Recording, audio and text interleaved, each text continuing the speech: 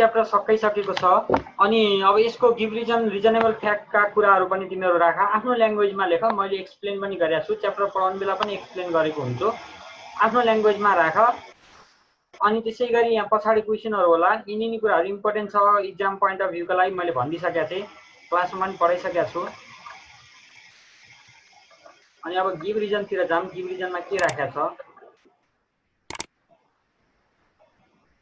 ल हेर है, डिफरेन्स बिट्विन राखिरहेको छ ट्रोपोस्फियर एन्ड थर्मोस्फियर रे stratosphere and mesosphere, natural greenhouse and artificial green house.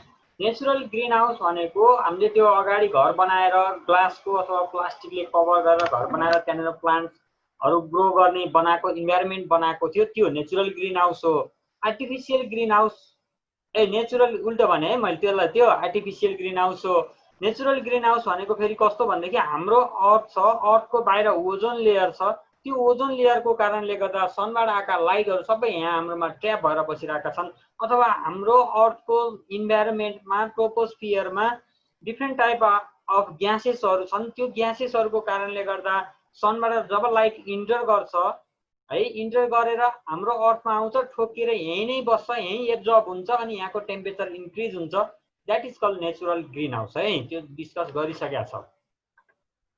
त्यसै गरी अब गिभ रिजनमा हेर, गिभ रिजन त्यस्तो गर्न नसकिने केही पनि छैन जस्तो लाग्यो मलाई। र कुनै गर्न सकिएन भने मलाई भनेर यो गिभ रिजनको पिडिएफ पनि म राखिदिउँला अलिक पछि, तिमीहरूले पहिले गर, अनि कस्तो गर्छौ मलाई बुझाऊ, अनि बाँकी म यो गिभ रिजनको पिडिएफ पनि राखिदिउँला। एक्स्ट्रा गिभ रिजनहरू हुन्छ है, यो नै हुन्छ भन्ने छैन। We should conserve ozone layer, conserve गर्नु पर्यो, ओजोन लेयर बचाइराख्नु पर्यो रे। थाहा छ तिमीहरूलाई किन बचाउनु पर्छ है। ओजोन लेयर होल भयो भने पछाडि क्यान्सर हुने रहेछ, प्लान्ट लाइफमा असर गर्दो रहेछ, एक्वाटिक लाइफमा असर गर्दो रहेछ।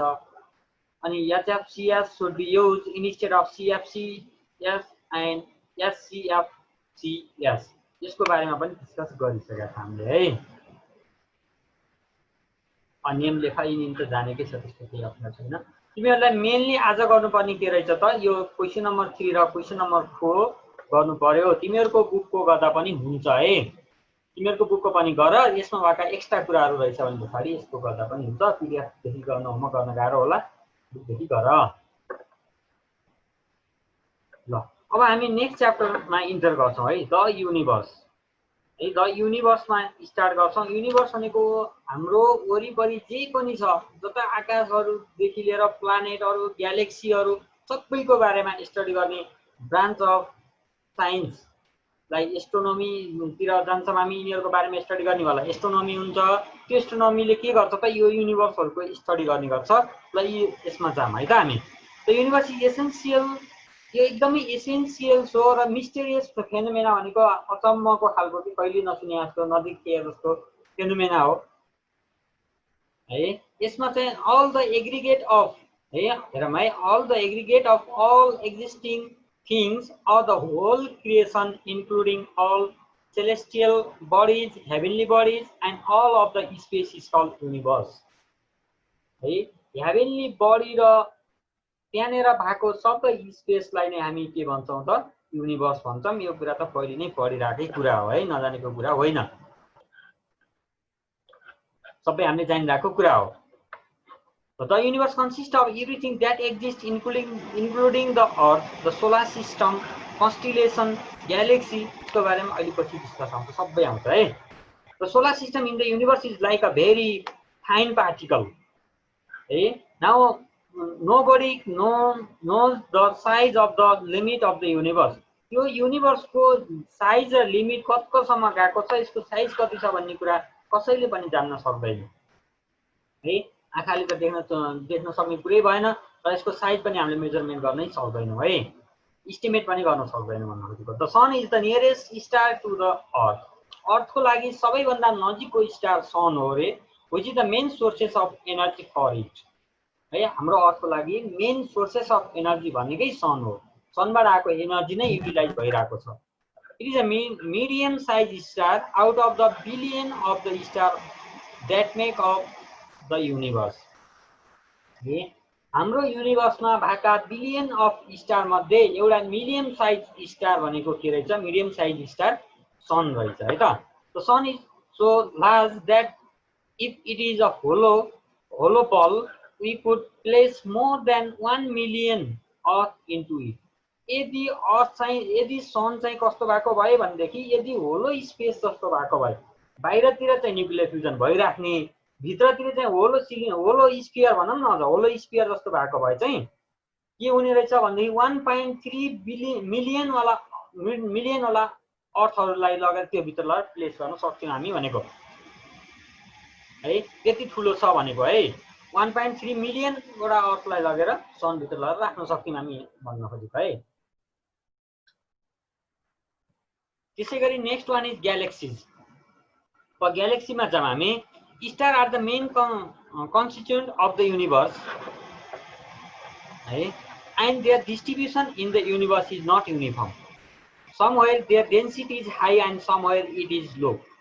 कुनै ठाउँमा स्टारहरूको डेन्सिटी कम छ भन्न खोजेको स्टारहरू त्यो स्पेसमा भएका स्टारहरू भनेको है, त्यो स्पेसमा कति स्टार छन् त्यो भन्न खोजेको डेन्सिटी भने। फेरि अर्को त्यो फिजिक्सको छुट्टैवाला डेन्सिटी भन्न खोजे होइन है। स्टार फ्रम द ग्रुप, तिनीहरूको ग्रुप बनाएर बसेको छ अरे। Some group of the star are very huge.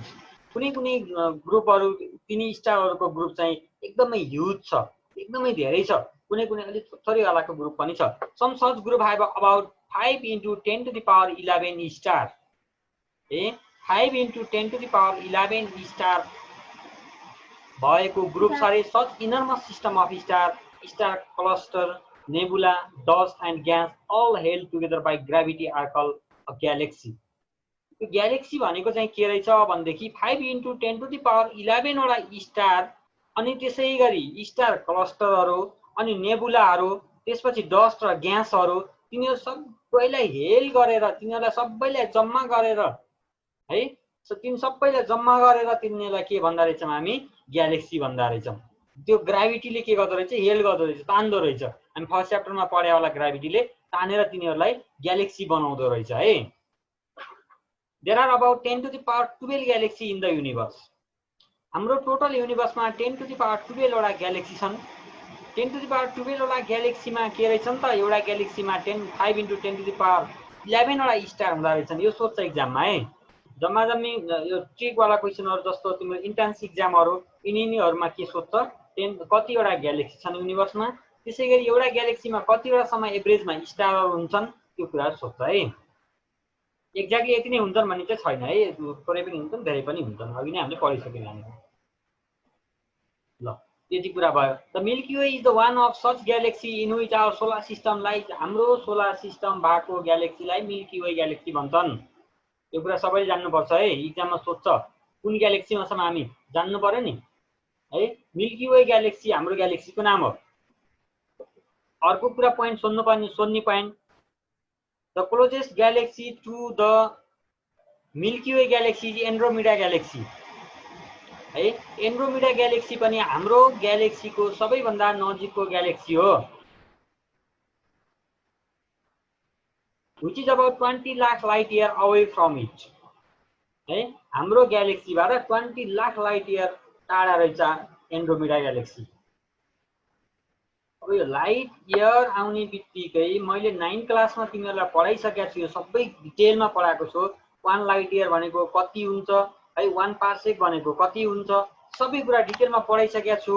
यदि कसैले त्यो कुरा जानेन भने पछाडि मलाई भोलि सोध, म वर्ड फाइलमा बनाइदिन्छु है, त्यो सबै र डिस्क्राइब गरिदिउँला।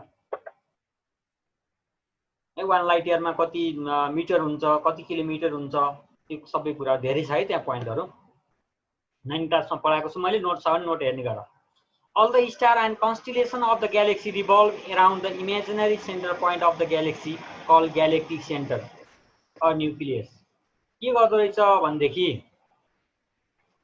कुनै पनि ग्यालेक्सीमा भएका स्टारहरू अथवा प्लानेटहरू, यो प्लानेटहरू त अब स्टार घुम्दा घुम्दै घुम्न परि नै हाल्यो, स्टारसँगै घुमिरहेका हुन्छन्। स्टारकै मात्रै कुरा गरौँ, कुनै पनि ग्यालेक्सीमा भएका स्टारहरू आफ्नो ग्यालेक्टिक सेन्टरलाई सेन्टर मानेर है, ग्यालेक्टिक सेन्टरलाई सेन्टर मानेर वरिपरि रिभल्भ गरिरहेका हुन्छन् रे। त्यसलाई हामी जुन ग्यालेक्टिक सेन्टर त्यो पोइन्ट छ जसलाई हामी उनीहरूले सेन्टर पोइन्ट मानेका छन्, इमेजिनरी सेन्टर पोइन्ट, त्यसलाई चाहिँ ग्यालेक्टिक सेन्टर भन्छन् अथवा त्यसलाई न्युक्लियस भन्ने भए। ल हेरौँ है त नेक्स्टमा The range of diameter of a galaxy varies from 1000 light year to 100,000 light year.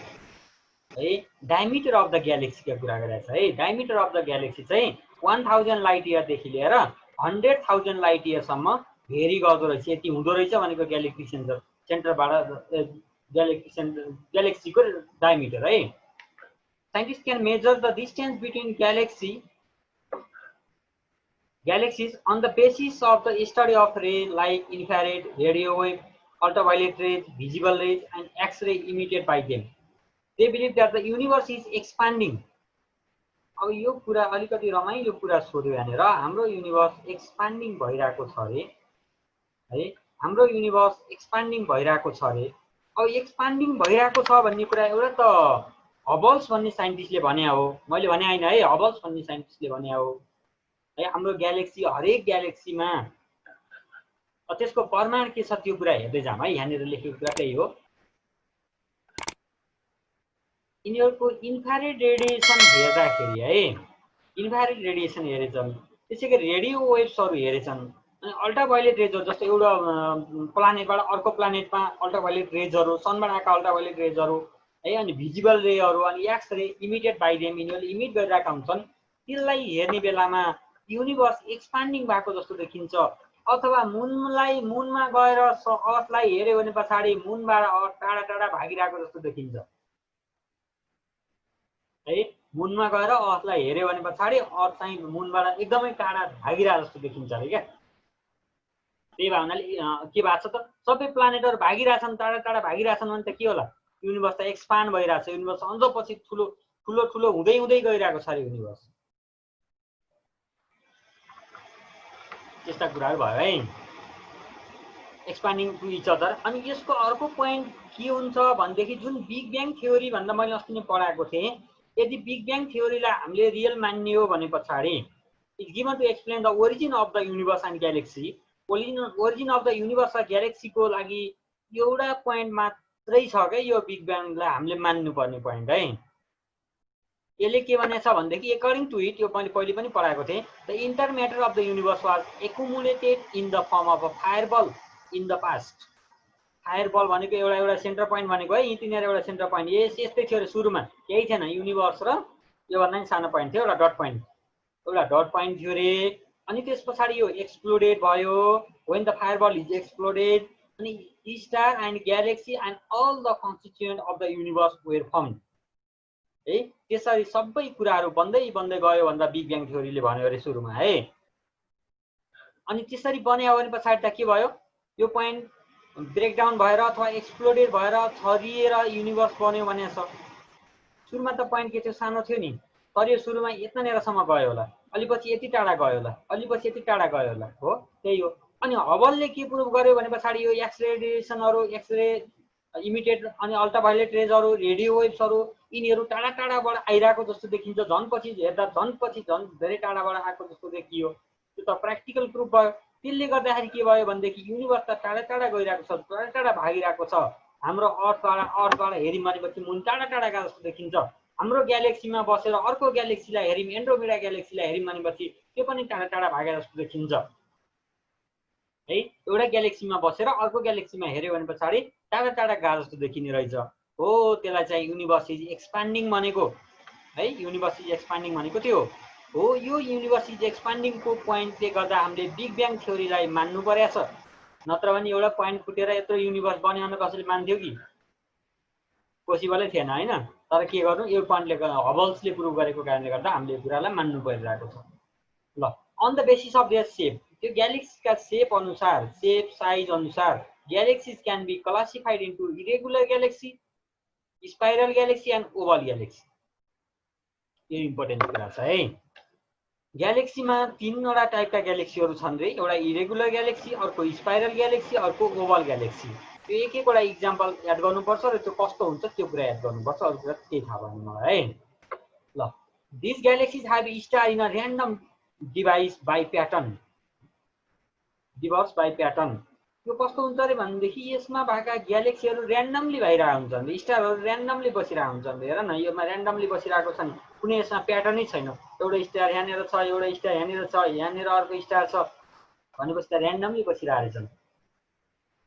कुरा बुझ्यौ? ऱ्यान्डमली बसिरहेका छन्, रेगुलर सेपमा बसिरहेका छन् स्टारहरू भने पछाडि that is called irregular galaxy. त्यसलाई हामी के भनिरहेछौँ त? इरेगुलर ग्यालेक्सी भन्दो रहेछौँ। अनि त्यसै गरी है, the best example of irregular galaxy is a small Magellanic cloud.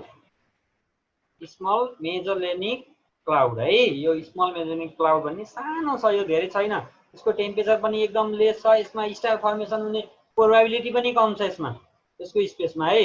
त्यति धेरै स्टारहरू पनि छैनन्, थोरै थोरै छन्।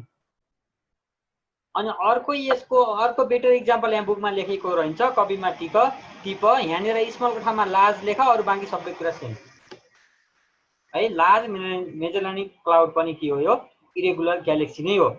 They are the youngest galaxy, यिनीहरू एकदमै भर्खरका जवान ग्यालेक्सीहरू हुन्। It is believe that they were formed about 13.5 billion year ago. रमाइलो छ नि, 13.5 बिलियन इयर अगो फर्मेसन भएका ग्यालेक्सीहरू पनि यङ हुँदो रहेछन् है। अनि ग्यालेक्सीको नाम पनि दिन तनाव भएर एनजीसी 6822 भन्दा एउटा ग्यालेक्सी दिएको छ। अनि IC 1613 are some more example of such type of galaxy भनेर भनेको छ है। त्यो इरेगुलर ग्यालेक्सीको इक्जाम्पलहरू भयो। र इरेगुलर ग्यालेक्सी भनेको डिफ्रेन्ट सेप एन्ड साइज भएका, कुनैको प्याटर्नै छैन त्यस्तो खालको ग्यालेक्सीहरू के रहेछन्? इरेगुलर ग्यालेक्सीहरू रहेछन्। त्यसै गरी नेक्स्टमा जाऊँ हामी अब स्पाइरल ग्यालेक्सी है। स्पाइरल ग्यालेक्सीमा जाऊँ। स्पाइरल ग्यालेक्सिज आर स्प्रिङ सेप, यिनीहरू यसरी घुमेको जस्तो के, यहाँनिर हेऱ्यो भने पछाडि यसरी घुमिरहेको छन् होइन, यसरी उल्टो घुमाएँ मैले, यसरी घुमिरहेको छन्। यहाँनिर सेन्ट्रल पोइन्ट भयो, अनि यसरी यहाँबाट घुमिरहेका छन्, घुम्दै घुम्दै टाढा टाढा गइरहेका छन् यिनीहरू है। यिनीहरू के रहेछन्? स्पाइरल ग्यालेक्सी रहेछन्, स्पाइरल सेपमा हुने रहेछन् यिनीहरू, स्प्रिङ सेपमा हुँदो रहेछन् है। Maximum of the star are concentrated at near the core region. Maximum of the star core रिजनमा हुँदो रहेछन्, यहाँनिर सेन्ट्रल पोइन्टमा हुँदो रहेछन्। बाँकी यता कता कति एक दुईवटा कता कति देखिने रहेछन् भन्न खोजेको। The galaxy has an arm-like structure spreading away from the core region. Arm-like structure छ अरे, यसरी स्प्रिडिङ भएर टाढा टाढा गएको जस्तो देखिन्छ अरे स्टारहरू, त्यसरी त्यो सेपमा बसिरहेका छन् भन्न खोजेको है।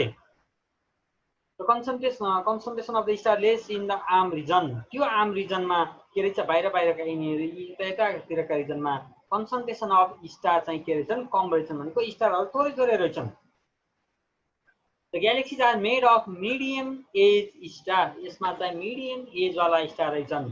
इरेगुलर ग्यालेक्सीमा भर्खरका यङ वाला जवान रहेछन्, यसमा हल्का बुढाउन थालेर 40-45 वर्षका भएछन् है। यसमा गएपछि बुढा हुने होला है, हेरौँ है। The Milky Way and the Andromeda are few example of such type of galaxy. हामी बसिरहेको ग्यालेक्सी र एन्ड्रोमेडा ग्यालेक्सी चाहिँ स्पाइरल ग्यालेक्सी हो। यसको प्याटर्न हेऱ्यो भने पछाडि, टेलिस्कोपबाट यसको प्याटर्न हेऱ्यो भने पछाडि के देखिँदो रहेछ त? यस्तो टाइपको देखिँदो रहेछ, तर टेलिस्कोपबाट देखिँदैन क्या रे खै।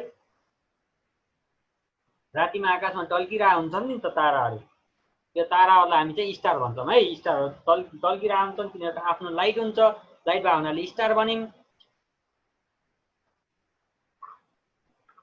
मैले स्टार र प्लानेटको डिफरेन्स 9 क्लासमा पढाइसकेको छु, त्यसको पनि नोट हेर, नोट जहिले पनि बचाएर राख्नुपर्छ, पछि काम लाग्छ भन्नु कारण त्यही हो है।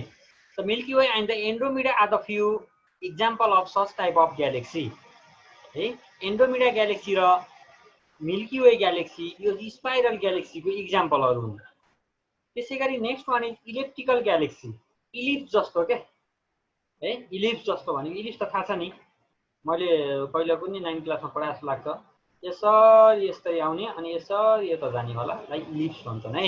माथितिरको सर्कल जस्तो पनि भएन है, स्फियर जस्तो पनि भएन, त्यसलाई इलिप्स भन्छन्। त्यो इलिप्स भन्ने कुरा त तिमीहरूको क्लासमा त्यो लेभलमा खासै छैन, त्यही भएर मैले 9 क्लासमा चाहिँ अलिअलि डिस्क्राइब गरेको थिएँ कहाँनिर आएको थियो र।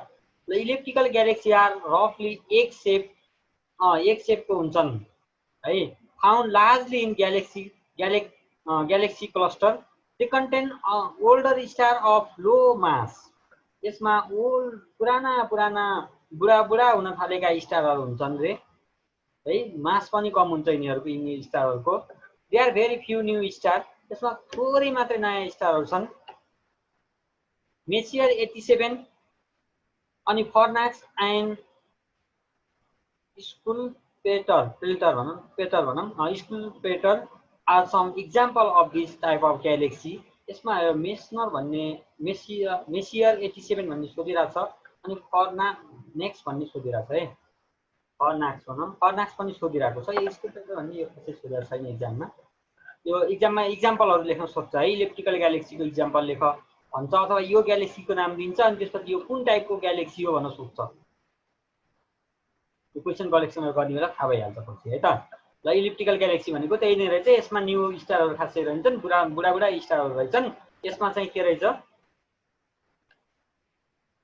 ओल्ड स्टार त्यो मिडियम साइजका स्टारहरू रहेछन् यसमा है। यो मिल्की वे ग्यालेक्सी र एन्ड्रोमिडा ग्यालेक्सी यसको इक्जाम्पल हो है। एन्ड्रोमिडा ग्यालेक्सी र मिल्की वे ग्यालेक्सी चाहिँ स्पाइरल ग्यालेक्सी रहेछ। यसमा स्मल मेजरिङ क्लाउड लार्जवाला यिनीहरू सबै के रहेछन्, इरेगुलर ग्यालेक्सी रहेछन्। यिनीहरूको कुनै रेगुलर सेप छैन। रेगुलर सेप छैन भन्नुको मिनिङ के हो, हामीले गएर यसको कुनै ठाउँमा खोज्यौँ भने पछाडि त्यो ठाउँमा स्टार पाउन नि सक्छौँ, नपाउन नि सक्छौँ। तर यसको चाहिँ के हुन्छ, सेन्टर पोइन्टमा म्याक्सिमम स्टार हुन्छन्। अलिकति अगाडि गयो भने पछाडि थोरै स्टार हुँदै लास्टमा यता नि जाने बेलामा अझ थोरै स्टारहरू हुन्छन् भनेको है। ल त्यसै गरी अब हामी पढ्नुपर्छ मिल्की वे ग्यालेक्सी। कसैलाई केही भन्नु छ भन है, भन्नु छ भने।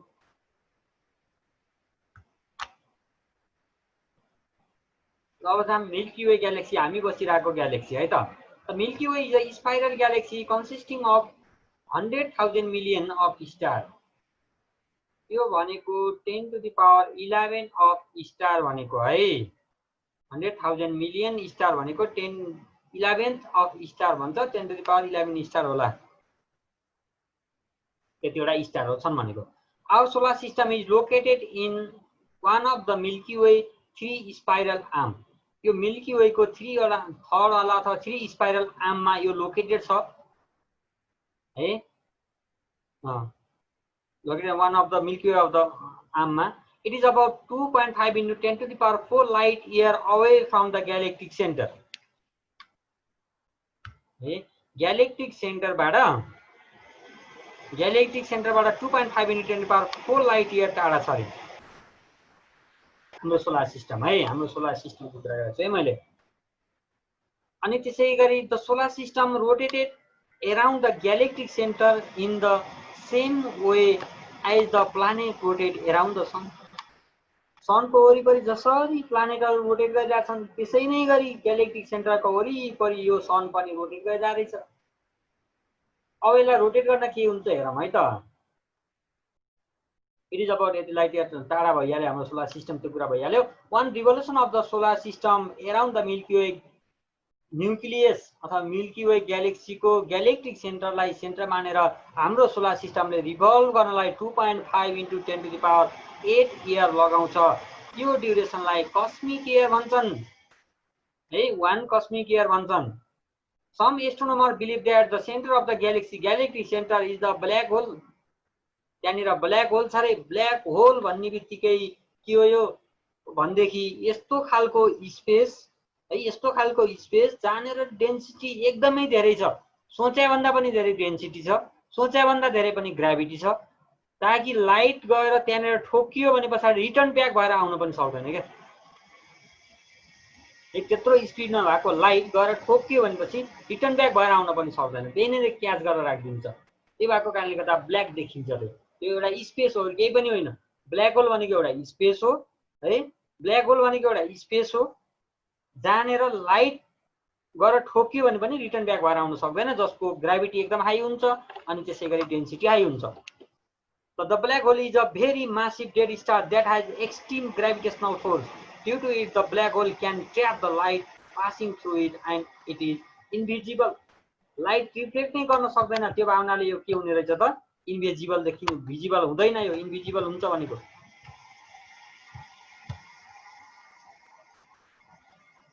धेरै माथिको पुगेको त।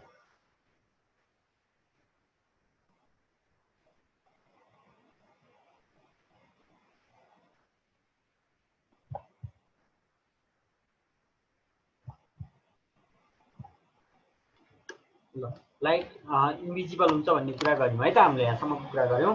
अब हामी जाऊँ कन्स्टिलेसनमा। कन्स्टिलेसन भनेको सुनेकै छ तिमीहरूले, ज्योतिषलाई जसले भर पर्छ त्यो कन्स्टिलेसनमा भर परेको हो, केही होइन। कन्स्टिलेसनमाबाट पनि क्वेसनहरू एकदम धेरै सोधिरहेको हुन्छ। ब्ल्याक होल भन्ने टपिक चाहिँ हटाएको छ अहिले तिमीहरूकोमा, इक्जाममा त्यस्तो सोध्दैन। बुझ्नको लागि चाहिँ मैले भनिदिइहालेँ ब्ल्याक होलको बारेमा। र ब्ल्याक होलको फर्मेसन कसरी हुन्छ भन्ने कुरा अलिक पछाडि तिमीहरूको बुकमा नट इम्पोर्टेन्ट भनेर राखेको छ, ब्ल्याक होल कसरी बन्छ भनेर तिमीहरूको टेक्स्ट बुकमा राखेको छ, त्यसको पनि डिस्कस गरौँला, पिडिएफमा छ। अब हामी जाऊँ कन्स्टिलेसनमा। Constellation are the group of some star है। कन्स्टिलेसन भनेको group of the some star हो। We do not change their location relative to each other and always form a fix pattern. भन्न खोजेको के हो भनेदेखि फिक्स प्याटर्नमा स्टारहरू बसिरहेछन्, यहीँनिर लोकेट भइरहेछन्, यिनीहरू दायाँ बायाँ गरे जस्तो देखिन्न। आज बिहानै उठेर माथि आकाशमा हेर, तिनीहरू त्यहीँनिरै हुन्छन्, भोलि बिहानै उठेर त्यहीँनिर हेर, फेरि भोलि बिहान त्यहीँनिरै हुन्छन्, जस्तो सेपमा थियो त्यस्तै सेपमा हुन्छ। अझ मेनली एनिमलहरू जस्तो सेपमा हुन्छन्, एनिमलहरू डिफ्रेन्ट टाइपका एनिमलहरू छन्, त्यस्तो सेपमा हुन्छन् र यिनीहरू है। त्यसलाई हामी के भन्छौँ, कन्स्टिलेसन भन्छौँ। कन्स्टिलेसन भनेर केही रहन्छ, group of the some star रहेछ। We do not change their location अथवा we do not change their shape relative भने अर्काको रेस्पेक्टमा हेर्नु पर्यो नि त, रेस्पेक्टिभ टु अदर है। And always form a fix pattern. तिनीहरूले सधैँभरि के गर्दा रहेछन् त, जति घुमेर आए पनि, जहाँ जहाँ घुमेर आए नि, अफ्रिका अमेरिका जता घुमेर आए पनि के गर्ने रहेछ, एउटै सेप हुँदो रहेछ, एउटै प्याटर्नमा बस्दिँदा रहेछन् क्या तिनीहरू है। They are the small group of star. यिनीहरू चाहिँ थोरै ग्रुप अफ स्टार हुन्, 6-7 वटा 8-10 वटा यस्तै यस्तै ग्रुप अफ स्टारहरू हुन्, धेरै हुँदैनन् यसमा है। This pattern are easily recognisable. हामीले इजिली रिकगनाइज गर्न सक्छौँ, चिन्न सक्छौँ, सजिलै चिन्न सक्छौँ। सच कन्स्टिलेसन वेयर नेम्ड आफ्टर है गोड्स, हर्स, एटिसी। जसरी राशिहरू बनाएको छ नि, त्यही कुरा भन्न खोजेको है। एट प्रेजेन्ट 88 कन्स्टिलेसन आर नोन। जम्मा जम्मी 88 वटा कन्स्टिलेसन रहेछन्। त्यो 88 वटा कन्स्टिलेसन अनुसार out of which 12 constellation are use as signs of zodiacs. भनेको राशिफल भन्ने सुनिएको छ हो, त्यसमा 12 वटा राशि हुन्छन्। 12 वटा राशि कन्स्टिलेसन अनुसार लिएको छ। कन्स्टिलेसनमा के हुँदैछ नि त, यिनी स्टारहरूले आफ्नो सेपमा आफ्नो तिनीहरूले आफ्नै के प्याटर्न बनाएर बसिरहेको रहेछन्। अनि त्यसरी त्यो प्याटर्न बनाएर बसिरहेको बेलामा त्यो कुन पोजिसनमा छ त त्यो हेरिन्छ फर्स्टमा है। कुनै मान्छेको बस भयो भने पछाडि त्यो कहाँनिर छ त्यो हेरिन्छ है, त्यो कहाँनिर छ त्यो हेरिन्छ, त्यही अनुसारको त्यसको राशि हुने भयो है। कुन भिजिबल भएको छ, कुन पोजिसनमा छ, त्यही अनुसार हेरेर राशि बनाइन्छ। अनि अब त्यसको पोजिसनहरू अनुसार त्यसको भविष्यवाणी गर्दै गर्दै गइन्छ पछि के हुन्छ भन्ने कुरा है। All the constellation cannot be seen in the sky at the same time or from the same position. सबै कन्स्टिलेसनहरू एकैचोटि आकाशमा देख्न सकिँदैन। Some example of constellation are Ursa Major, यसलाई बिग डिपर पनि भन्छन्, अनि उर्सा माइनर त्यो पनि सोध्छ है, ड्र्याको कासियोपिया है, ड्र्याको कासियोपिया, अनि त्यसै गरी सेफियस, ओरियन। इक्जाममा सोध्ने मस्ट सोधिरहेको उर्सा मेजर, अनि उर्सा माइनर, अनि त्यसै गरी ओरियन है, ओरियन यिनी सोधिरहेको छ है। ल अब कन्स्टिलेसनमा जाऊँ। तिमीले बाँकी रहेछ एउटा कन्स्टिलेसन सक्छौँ न त है, बाँकी भोलि गरौँला। सप्तऋषि और उर्सा मेजर। उर्सा मेजरलाई हामी नेपालीमा सप्तऋषि भन्दैनौँ, नेपालीमा के भन्छ आइहाल्छ है ध्यान। ल उर्सा मेजरलाई सप्तऋषि पनि भन्छन्। Is a group of 7 bright star. 7 वटा चम्किने ताराहरू भनेको। It can be recognise very easily in the sky. साँझ हेर्नु है सबैले। It is also call a Great Bear. यसलाई ग्रेट बियर पनि भन्दो रहेछन्, एन्ड बिग डिपर पनि भन्दो रहेछन्। The 7 bright star of this consolation. Consolation लेखा छ, कन्स्टिलेसन हो। आर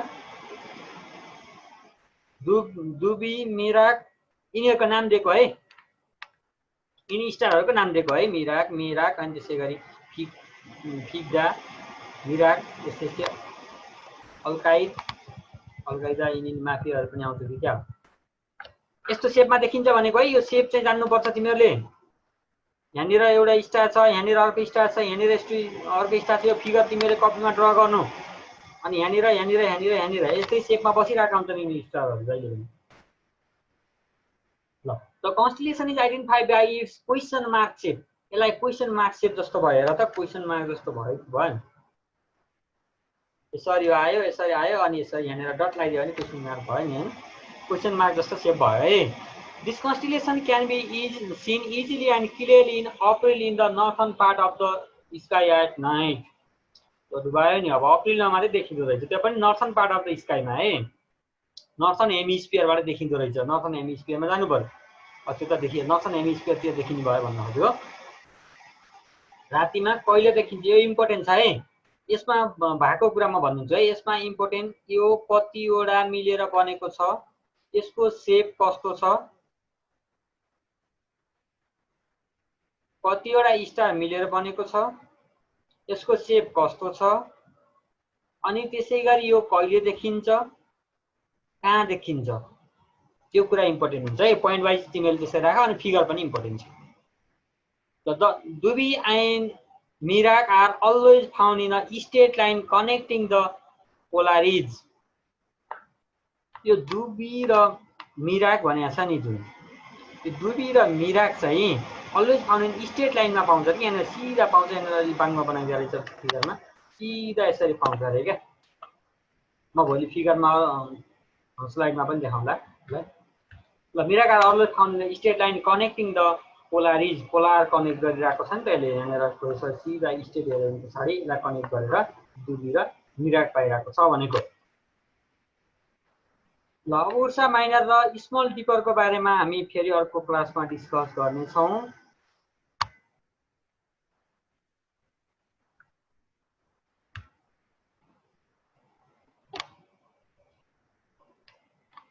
त्यसै गरी